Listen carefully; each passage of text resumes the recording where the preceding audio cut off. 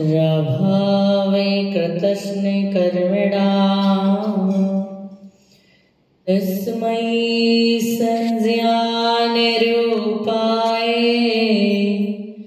नमोस्तु परमात्मने नमोस्तु परमात्मने। बोली विश्ववंदने महावीर भगवान की 1008 शांतिनाथ भगवान की, तपस्वी सम्राट गुरुदेव सन्मति सागर जी महाराज की, परम पूज्य गुरुदेव आचार्य सिद्धांत सागर जी महाराज की, अहिंसामय जैन धर्म की।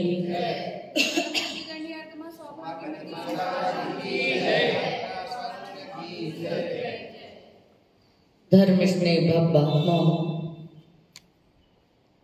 कहते हैं घुटने केवल चलते चलते पांव खड़े हो जाते हैं और छोटे छोटे नियम भी एक दिन बहुत बड़े हो जाते हैं। बच्चा जब पैदल चलना प्रारंभ करता है तो पहले कैसे चलता है?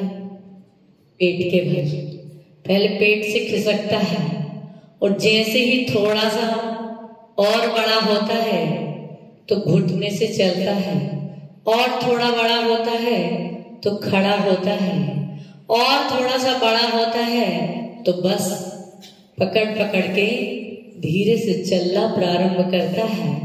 थोड़ा सा और बड़ा होता है कि बिना सहारे चलता है, थोड़ा सा और बड़ा होता है तो वो दौड़ना प्रारंभ कर देता है। ऐसे ही हम अपने जीवन में यदि कुछ कुछ नियम को धारण करते हैं, छोटे छोटे नियम धारण करते हैं, तो एक दिन वही नियम अणुवृत्ति से महावृत्ति बनने में कारण बन जाते हैं। अभी हम पूर्ण रूप से हमारे जो श्रावक के कर्तव्य हैं, जो श्रावक के व्रत हैं, जो श्रावक के मूल गुण हैं। अच्छा एक बात बताओ, श्रावक के मूल गुण कितने होते हैं? 8 और साधु के 28। श्रावक के कितने मूल गुण होते हैं? 6। कितने होते हैं? 6। और साधु के मूल गुण कितने होते हैं? 28। 28 सबको पता है, लेकिन अपने किसी को नहीं पता। 2-4 लोगों को पता है, वो भी अभी परसों आनंद यात्रा में भैया जी बताए थे कि श्रावकों के कितने मूल गुण। बोले श्रावकों के तो मूल गुण होते ही नहीं है। श्रावक कहाँ मूल गुणों का पालन करता है? श्रावक के तो कोई मूल गुण होते ही नहीं है। तब बताया कि श्रावक के 8 मूल गुण होते हैं। कितने मूल गुण होते हैं? 8 मूल गुण होते हैं। कौन कौन से होते हैं मूल गुण? मध्य का त्याग, मधु का त्याग, मांस का त्याग, बड़ का त्याग, बड़ का जो फल होता है ना, उस बड़ का त्याग, पीपल के फल का त्याग, बड़ पीपल, उमर के फल का त्याग, कटुमर एक फल होता है, उस फल का त्याग, और पाकर का मतलब अंजीर। क्या मतलब होता है? अंजीर। लेकिन हम जो हैं बड़े चाव से अंजीर की शादी विवाह में पार्टियों में मिठाई बनती है और हम बड़े चाव से खाते हैं और हम कहते हैं कि हम तो श्रावक हैं, 8 मूल गुण धारी हैं। अंजीर जानते हैं आप लोग? ड्राई फ्रूट में एक फ्रूट जो है वो अंजीर को रख लिया गया है, जबकि अंजीर अहम जो है खाने योग्य नहीं है।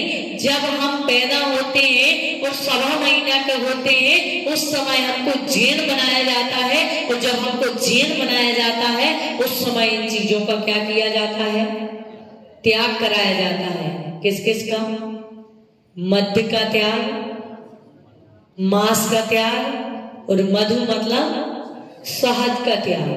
और 8 साल के बाद बच्चे से कह दिया जाता है कि फलाने गुरु के सानिध्य में तुम्हें जैनी बनाया गया था, श्रावक बनाया गया था, और 8 वर्ष तक माता पिता के पालन कराने का कर्तव्य होता है, और 8 वर्ष के बाद में फिर स्वयं पालन उसका करता है, तो उसका उसे भान कराया जाता है। जब पहला अभिषेक हमारा बच्चा करता है, 8 वर्ष का हो जाता है, जब प्रथम अभिषेक करने का अधिकारी होता है, उस समय बच्चे को हमें सबको बताना चाहिए कि आपके लिए मध्य का, मांस का, मधु का, बड़ के फल का, पीपल के फल का, उमर के फल का, कटुमर के फल का और अंजीर का, इनमें इतने जीव होते हैं, असंख्यात जीव राशि इनमें भरी पड़ी है। कुछ लोग, जब हम लोग भी छोटे छोटे थे ना, तो हम लोग बोलते थे, हमारे परिवार के लोग इसको खाने के लिए निषेध करते, ये नहीं खाना चाहिए, छोटे से ही बोल देते थे ये नहीं खाना। और बच्चों के साथ जब जाते थे तो वो बोलते थे नहीं, फोड़ के खाओगे तो जीव दिखेंगे, और बिना फोड़े खाओगे तो जीव नहीं होते। अब फोड़ के खाओगे तो दिखेंगे जीव, नहीं फोड़ के खाओगे तो थोड़ी दिखेंगे जीव। अब बच्चों को तो जैसा बता दिया वैसा। और जब फोड़ते थे उसको तो इतने सारे 4 इंद्री जीव, उड़ने वाले 4 इंद्री जंतु जो है वो उड़ते थे, उसमें से असंख्यात जीव उड़ करके भागते हैं, और जब वो अंजीर होती उसी को ऐसे दबा दिया जाता है, और हम बड़े चाव से उसको खाते हैं, जिसमें असंख्यात जीवों की हिंसा होती है। तो सबसे पहले हमें यदि श्रावक बनना है तो इन 8 का हमें क्या करना होता है, त्याग करना होता है। और आचार्य भगवान कहते हैं कि यदि 8 मूल गुण हैं तो 8 मूल गुणों को कुछ दूसरे रूप से भी अन्य आचार्यों ने कहे हैं। उसमें मध्य मास मधु का त्याग, 5 नंबर फल को 1 में लिया है, और उसके बाद में रात्रि भोजन का त्याग, पानी छान करके पीना, जीव दया का पालन करना, और प्रतिदिन देव दर्शन करना। तो 3 मकार, 5 नंबर फल 1, देव दर्शन, रात्रि भोजन त्याग, और जीव दया का पालन करना, और प्रतिदिन देव दर्शन करना। किस किस का नियम है प्रतिदिन देव दर्शन का? लगभग सभी का ही है। हारी बीमारी की छूट, बाकी प्रतिदिन ये देव दर्शन का हमारा, हम प्रतिदिन देव दर्शन करते तो हैं, लेकिन हमारा नियम है, हम प्रतिदिन देव दर्शन करते हैं, लेकिन हमारा नियम नहीं होता है। क्यों? क्योंकि कभी कभी ऐसा कुछ हो गया तो हम नहीं जाएंगे तो पाप लगेगा, ऐसा सोच करके बहुत सारे लोग नियम नहीं लेते हैं, और कहते हैं कि यदि आप नियम लेते हैं तो आपको पूर्ण रूप से फल मिलता है, और यदि आप नियम नहीं लेते हैं तो आपको फल जो है अधूरा मिलता है। इसलिए हम अभिषेक करते हैं। कितने लोगों का नियम है कि हम प्रतिदिन अभिषेक करेंगे? बस 3 लोग। 3 लोगों का नियम है कि हम प्रतिदिन अभिषेक करेंगे। आप प्रतिदिन अभिषेक करते हैं, लेकिन हमारा नियम नहीं है। आप ऐसा ले लो नियम, हफ्ते में हम 6 दिन करेंगे, 5 दिन करेंगे, भले तुम 7 दिन करो, या जिस दिन हम नगर में रहेंगे उस दिन हम अभिषेक करेंगे। यदि हम ये नियम ले लेते हैं, जिस दिन हम बाहर नहीं जाएंगे उस दिन हम पूजा करेंगे, जिस दिन कोई बड़ी व्यस्तता नहीं रही तो उस दिन हम अभिषेक करेंगे, पूजन करेंगे, तो भी हमें पूरे दिन का फल हमें प्राप्त होता है। लेकिन हम ये सोच के नियम नहीं लेते हैं कि नियम यदि टूट गया तो ज्यादा पाप लगेगा, और नियम लिया टूट गया तो ज्यादा पाप नहीं लगेगा, और नियम नहीं लिया तो पाप ही नहीं लगेगा। ऐसा ही है ना प्रदीप भाई? ऐसा ही सोचते ना लोग। भैया टूटेगा तो ज्यादा पाप लगेगा, इसलिए नियम लेना ही नहीं, इसलिए नियम लेना ही नहीं। देखिए जो नियम और संकल्प लेता है उसके दोषों का प्रायश्चित है, लेकिन जो नियम लेता ही नहीं उसके दोषों का कोई प्रायश्चित ही नहीं है, मतलब वो तो अपराधी का अपराधी ही है। इसलिए नियम लेने पर यदि क्वचित कदाचित दोष लग जाता है, कभी नियम टूट भी जाता है, तो उसका क्या हो जाता है, प्रायश्चित हो जाता है। इसलिए तो प्रायश्चित विधि है, नहीं तो प्रायश्चित होता ही नहीं कि नियम लो और या तो नहीं लो। तो नियम लेना और लेने पर दोष लगना अतिचार है, और नियम नहीं लेना ये अनाचार है। या फिर यूं भी कह सकते हैं कि एक बार हमारा नियम टूट भी जाता है तो हम प्रायश्चित लेकर के उसको कंटिन्यू रख सकते हैं, लेकिन नियम नहीं लिया है तो हमसे वो कार्य होगा ही। और कई बार ऐसा होता है कि जैसे हमने आलू का नियम लिया कि आलू नहीं खाएंगे, हम होटल में नहीं खाएंगे, लेकिन क्वचित कदाचित यदि खाने में आ गया और हमको ज्ञात हो गया कि खाना तो घर में खाया है, लेकिन वो खाना भोजन कहां से आया था, होटल से आया था। मैंने जो खाया है उसमें कहीं ना कहीं कंदमूल था, लहसुन थी, प्याज थी, आलू था, लेकिन मेरा उस चीज का त्याग था और वो खाने में अगर आपको स्वाद लगता है और आप तत्क्षण उसको छोड़ देते हैं तो भी आपको ज्यादा दोष लगता नहीं, अनजान का दोष लगता है। लेकिन कई बार होता है अब तो हमने आलू खा ही लिया, अब नियम टूट ही गया है, अब टूट ही गया है तो चलने दो, ऐसा ही होता है ना। कोई भी नियम टूट गया, अभी एक बार किया था लेकिन अब टूट गया तो फिर हुआ ही नहीं, मतलब आपने जो नियम टूटा वो प्रमाद पूर्वक नहीं, होश पूर्वक टूटा। एक प्रमाद पूर्वक टूटता है, किसी अनजान के कारण, किसी अज्ञानता के कारण टूटता है, वो बात अलग है। लेकिन अब तो आपने जान के ही उसको क्या कर दिया, तोड़ दिया।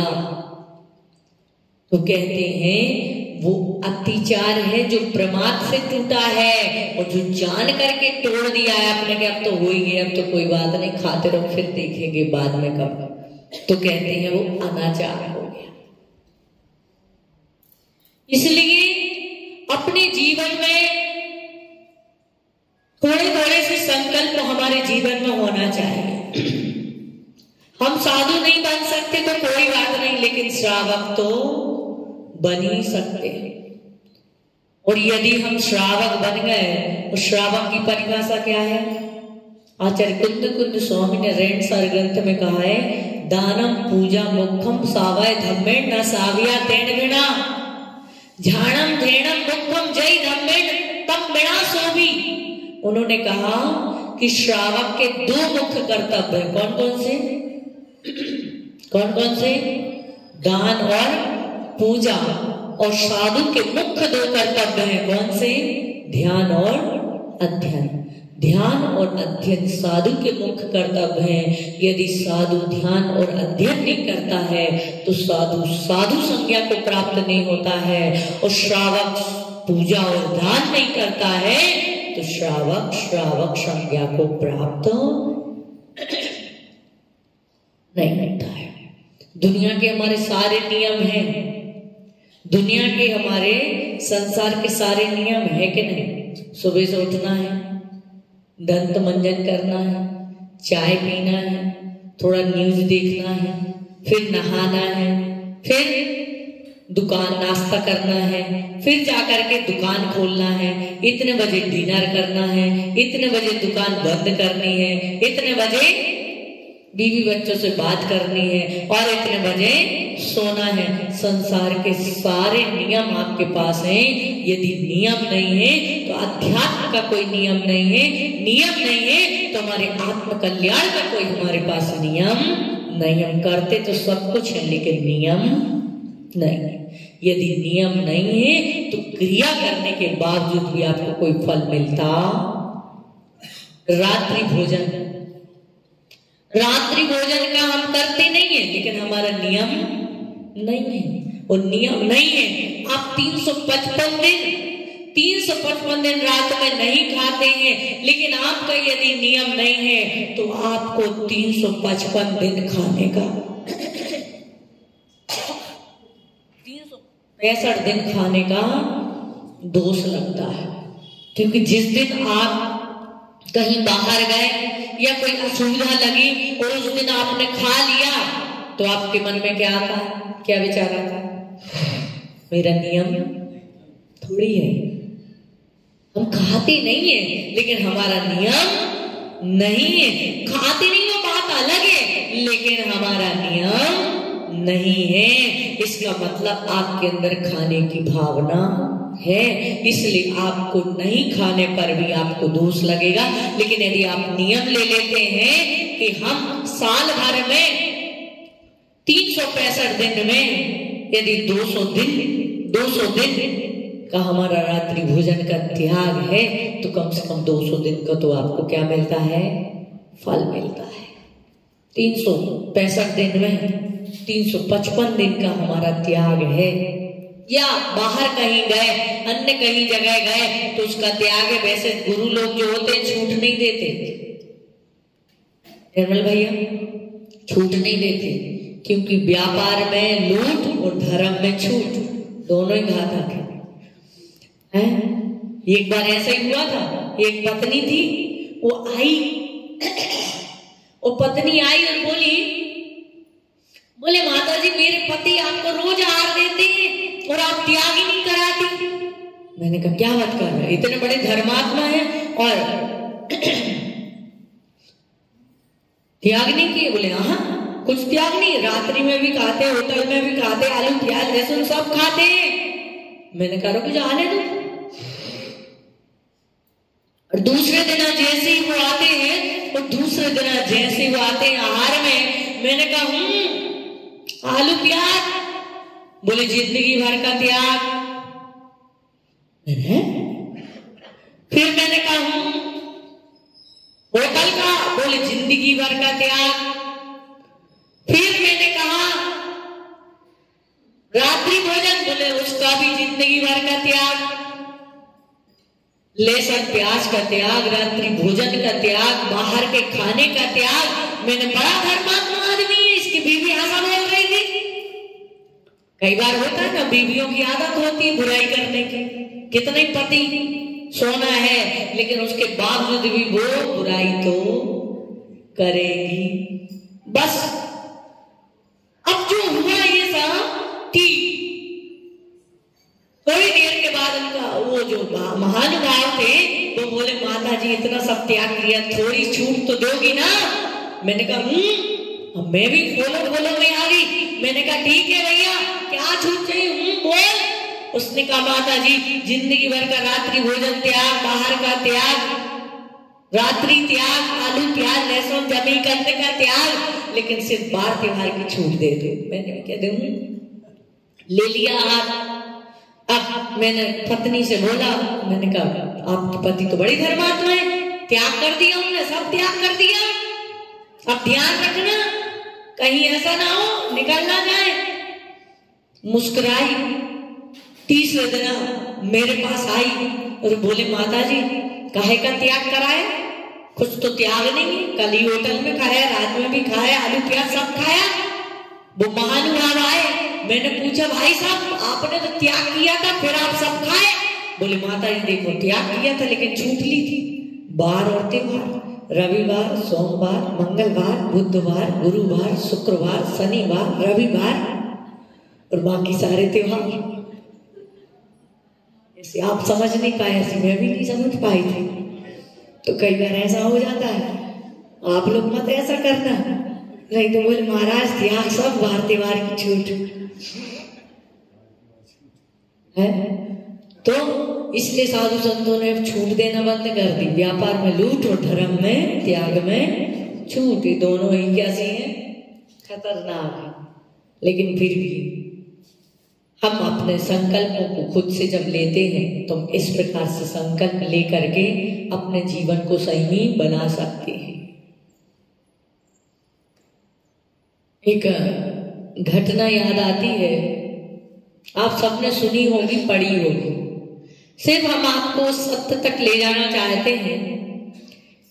एक नगर में संत आए, और जब नगर में संत आते हैं, और जैसे नगर में संत आते तो बहुत सारे लोग प्रवचन सुनने के लिए इकट्ठे होते। उन्होंने बताया, जीवन जीने की कला बताई। और ऐसा होता था पहले कि जब महाराज का प्रवचन होता था, आहार में नियम देने का कोई विधान नहीं, पहले ही लोग नियम ले लेते थे और श्रावक बन करके ही आहार देना चाहिए। जिस दिन हम आहार दें, साधु हमें त्याग कराए ना कराए, उस दिन हमें अपने मन से ही त्याग कर देना चाहिए। क्योंकि 100 लोग 50 लोग आहार दे रहे हैं, तुमको त्याग ही कराते बैठ रहेंगे तो आहार में 2-3 घंटा लग जाएंगे, है ना। इसलिए जिस दिन आप आहार देते हैं उस दिन श्रावक को आहार देना चाहिए, और श्रावक बन करके ही आहार देना चाहिए। तो गुरु त्याग कराए या ना त्याग कराए, अपने मन से ही हमको उस दिन का आदि रात्रि भोजन आदि का, कंदमूल आदि का, इनका हमको क्या कर देना चाहिए, अपने से ही त्याग कर देना चाहिए। त्याग कराते हैं साधु संत, अच्छी बात है। और नहीं कराए तो कम से कम आज हमने आहार दिया है, आज हम श्रावक बन करके पूरा 24 घंटा जीवन जिएंगे। तो मुनिराज ने पहले प्रवचन होते थे, जब प्रवचन होते थे, जैसे प्रवचन समाप्त होते थे, लोग कतार में लग जाते थे नियम लेने की। आजकल हम लोग क्या है, प्रवचन खत्म होता है तो एक नियम दे देते हैं, कोई ना कोई एक नियम दे दे, इस बहाने कम से कम एक नियम तो पल जाता है। तो लोग लाइन लगा करके नियम ले रहे थे। एक अनाड़ी व्यक्ति था, नास्तिक व्यक्ति था, वो भी लाइन में लग गया, देखा देखी वो भी आ गया, लाइन में लग गया। और जैसे ही लाइन में लगता है, महाराज शकल से जानते, कई बार होता है 50 लोग आहार देते, किसी को त्याग नहीं कराते, लेकिन एक ही व्यक्ति को पकड़ते। तो बोले, माता जी किसी को नहीं पूछा, खाली हमको ही कैसे पूछा, हमारी शकल में दिख रहा था क्या। साधु संत पहचान जाते हैं कि कौन सा व्यक्ति कैसा है, आपके हाव भाव से। पहली बार कोई आहार देने आया होगा ना, उसके सिर्फ हाथ ही नहीं, पूरा शरीर हिलता है। हाँ, पता चल जाता है ये व्यक्ति पहली बार आहार दे रहा है। जिसने पहली बार चौका लगाया होगा, उसकी टेंशन ऐसा लगता है कि दिन के 12 अभी बजे नहीं है, लेकिन उनकी शकल में 12 जन्म बज गए। इतना टेंशन होता है उसके चेहरे पे। चौका है, अच्छे से आहार हो जाए, पहली बार चौका लगाया है, पहली बार कोई गुरु हमारे घर में आया है, इतना टेंशन रहता है। 4 दिन पहले से उसकी नींद हराम हो जाती है। तो इस शकल से पता चल जाता है कि सामने वाला कितना त्यागी है और कितना व्रती है, कितना अव्रती है। बस महाराज ने कहा, मंदिर जा रहे हो? उसने कहा नहीं जाता। बोले क्यों? मंदिर दूर है। कितना दूर है? 1 किलोमीटर। मंदिर दूर है काला जी, 1 किलोमीटर। फैक्ट्री कितने दूर है? कितने दूर? 5 किलोमीटर। रोज जाते कि कभी कभी? रोज। प्रदीप भाई रोज जाते? रोज जाते। इनकी 60 किलोमीटर फैक्ट्री दूर है, लेकिन रोज जाते हैं। और मंदिर यदि 1 किलोमीटर दूर है तो हम क्या सोचते हैं कि मंदिर दूर है, जिससे हमारे जीवन का कल्याण होना है वो हमें दूर लगता है, और जिससे लोगों का कल्याण होता है वो हमें पास लगता है। जिसको मंदिर दूर लगता है समझना उसका नरक पास में है, और जिसको मंदिर पास लगता है उसका मोक्ष पास में है, नरक कोसों दूर है। इसलिए 1000 काम छोड़ देना, लेकिन सुबह सुबह एक बार जिनेंद्र भगवान का दर्शन जरूर। कितना कुछ भी हो, लेकिन भगवान का दर्शन, विचार करना, चिंतन करना कि हम प्रतिदिन चाहें कि भगवान का दर्शन करें तो हम चाहे करके कर सकते हैं।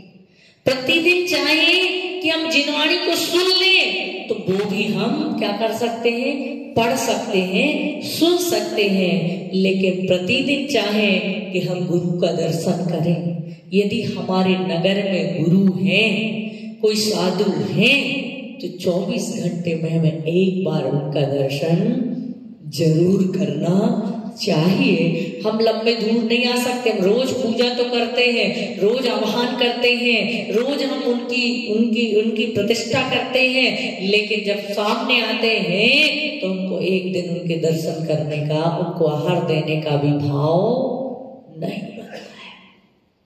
तो ये नियम ले कि यदि हमारे नगर में बहुत सारे लोग तो ऐसे हैं कि मैंने देखा है कि यदि पूरे रायपुर में, क्या पूरे रायपुर में यदि कहीं कोई गुरु होगा तो हम उनके दर्शन करने जाएंगे। उदाहरण दिया है मैंने ऐसा, रायपुर में हो कोई ऐसा व्यक्ति नहीं पता, लेकिन ऐसा भी नियम लेते हैं लोग कि पूरे रायपुर में, फाफाड़ी में अकेले नहीं, पूरे रायपुर में यदि गुरु कहीं होंगे तो हम उनके दर्शन करने एक बार जरूर जाएंगे। तो कम से कम हमारे संत भवन, हमारे मंदिर में हो तो कोई भाव होना चाहिए कि 24 घंटे में सुबह नहीं, दोपहर नहीं, शाम नहीं, कभी न कभी हम एक बार दर्शन जरूर करेंगे। तो उसने भी, महाराज ने कहा कि मंदिर, तो बोले मंदिर का नियम नहीं ले सकता, मंदिर बहुत दूर है। तो महाराज ने कहा पास क्या है? बोले कुम्हार का घर। किसका घर पास में है? कुम्हार का। बोले ठीक है, दरवाजा खोलता हूं और कुम्हार दिखता है मटका ठोकते हुए, क्योंकि सुबह से ही ठोकता है। तो ठीक है, कुम्हार का दर्शन करना, उसके बाद दूसरा काम करना, रोज दर्शन करना, दरवाजा खोलता, कुम्हार दिखता, दर्शन कर लेता। और एक दिन ऐसा हुआ, कुम्हार था नहीं, जंगल मिट्टी खोदने चला गया, और जैसे वो व्यक्ति ने दरवाजा खोला, था नहीं, वो घर गया, और जैसे घर जाता है, वो घर जाता है, पूछता है कुम्हारन से कहाँ है? बोले जंगल गए मिट्टी खोदने। वहीं से दौड़ लगाता है, जैसे ही दौड़ लगाता है कि जो कुम्हार था वो मिट्टी खोद रहा होता है, और मिट्टी खोदते खोदते उसे सोने से भरा हुआ, सोने का चमचमाता हुआ घड़ा मिलता है। हाथ में लेकर के खुशी से झूम ही रहा था, झूम ही रहा था। कितने लोग मिट्टी खोज गए, बोले मिल गया, देख लिया, हो गया, मिल गया, देख लिया, हो गया, दौड़ लगाता है। वो सोचता कुमार इसने मुझे देख लिया है, उसने सोचा कुमार मिल गया, मैंने कुमार को देख लिया और मुझे कुमार का दर्शन हो गया। अब वो व्यक्ति जो है, अरे भाई रुक तो सही, अरे बोले मिल गया, हो गया, देख लिया, मिल गया, हो गया, देख लिया, और भागता है। वो कुमार बेचारा सोने से भरा हुआ घड़ा लेकर के दौड़ता है, सोचता है बता देगा राजा को तो आधा देना पड़े, पूरा देना पड़ेगा, इधर ही समझौता कर लेते हैं। बोले रुक भाई, उसने दौड़ करके उसको कंधा पकड़ा, बोले भाई किसी को मत बोलना, देख लिया तो कोई, अरे देख लिया, मिल गया, हो गया, अरे बोले देख लिया तो कोई बात नहीं, आधा तू ले ले, आधा मैं ले लेता हूँ। उसकी आंखें तो फटी की फटी रह गई, और जैसे आधा सोना लेकर के घर चलता है, विचार करता है कि जब एक नियम लेने से, वो भी कुमार के दर्शन का नियम लेने से, उस नियम का पालन करने से आधा सोने से भरा हुआ घड़ा भर सोना मिल सकता है, तो फिर भी साक्षात भगवान के त्रिलोकीनाथ के दर्शन करूंगा तो मेरी आत्मा भी सोना हो सकती है, मेरे जीवन का कल्याण हो सकता है। ऐसे संकल्प में शक्ति होती है, नियम में बड़ी ताकत होती है। शास्त्रों में अनेक उदाहरण सुने हैं, पढ़े हैं कि वही भील जो प्रतिदिन, और भील और कोई नहीं था, भगवान महावीर स्वामी का जीव था, जिसने कौवे के मांस का त्याग किया। और जब पता चला कि कौवे के मांस से मुझे त्याग करने से मुझे व्यंतर जाति का देव बनने मिल रहा है, तो उसने पूरे मांस का त्याग कर दिया, तो स्वर्ग में देव बन गया और आगामी काल में भगवान महावीर बन गया। तो ऐसे हम अपने जीवन में भी कुछ न कुछ छोटे छोटे से संकल्प अपने जीवन में धारण करते हैं तो हमारे जीवन का कल्याण और उत्थान होता है। समय आपका हो गया है। बोले भगवान महावीर स्वामी की।